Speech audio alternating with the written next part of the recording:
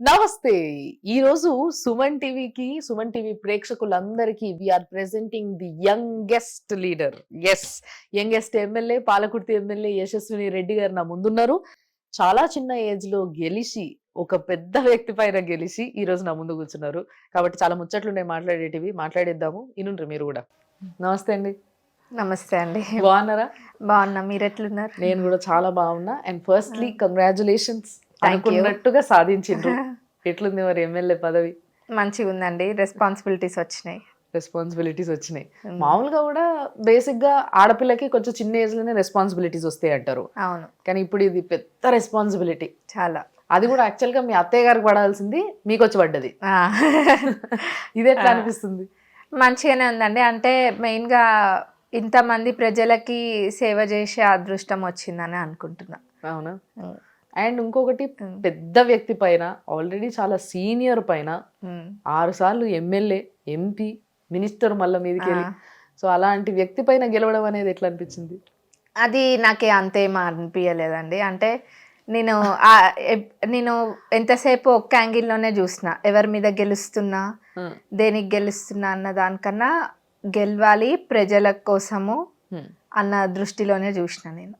అంటే ప్రజల కోసం గెలవాలని మీరు అనుకున్నారు. ఓకే ఫైన్, ఏ ఎమ్మెల్యే అయినా, ఏ నాయకుడైనా ప్రజల కోసం గెలవాలి, నేను ఏదో చేయాలి అనే ఉద్దేశంతోనే గెలుస్తారు, గెలవాలని నిలబడతారు బేసిక్ గా. సో ఇప్పుడు ఎదురుంగ వ్యక్తి కూడా 6 సార్లు వరుసగా గెలిచిన వ్యక్తి.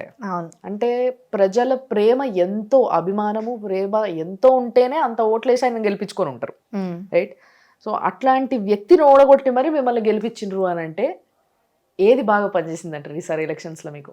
ఎలక్షన్స్ లో నేను దయాకర్ రావు గారు ప్రజలను ఇబ్బంది పెట్టిందే మాకు కలిసి వచ్చింది. ఇంకా మా అత్తమ్మ వాళ్ళు చేసిన మంచి. అంతే అంటారు. కానీ మాకు వినిపించడం మాత్రం వేరేలాగా అనిపిస్తుంది మేడం. ఎట్లా? ఒక 130 కోట్ల వరకు ఖర్చు బాగా పెట్టిండ్రు, ఇంటింటికి పైసా ఖర్చు పెట్టిండ్రు, అది కాంగ్రెస్ కార్యకర్తలైనా కూడా వాళ్ళకి పైసలు వంచిండ్రు అని చెప్పేటోళ్ళు ఏదైనా చెప్తారా అండి? ఇంకా చెప్పుకొనియండి. అంతేనా? అంతే. మీరేం పైసలు ఎట్లా అయితే లేదు. కానీ పోనీ ఇది అబద్ధం అనేసి మీరు అంటున్నారు కాబట్టి సరే, కొంచెం పక్క పెడదాం, అబద్ధమా నిజమా అనేది కొంచెం వదిలేద్దాం. బట్ ఏదైతే ఎర్రబెల్లి దయాకర్ రావు గారికి ఆయనకు కూడా ఒక స్టేజ్ లో ఫండింగ్ అవసరం అయితే మీ నుంచి వెళ్ళేదట కదా, అంటే మీ అత్తయ్య గారు ఫండింగ్ చేసేటోళ్ళు అని విన్నాం. అవునా? చేసిండ్రండి, గతంలో చేసిండ్రు, 1-2 సార్లు చేసిండ్రు. ఓకే. సో అంటే ఫ్రెండ్షిప్ ఉంది బేసిక్ గా.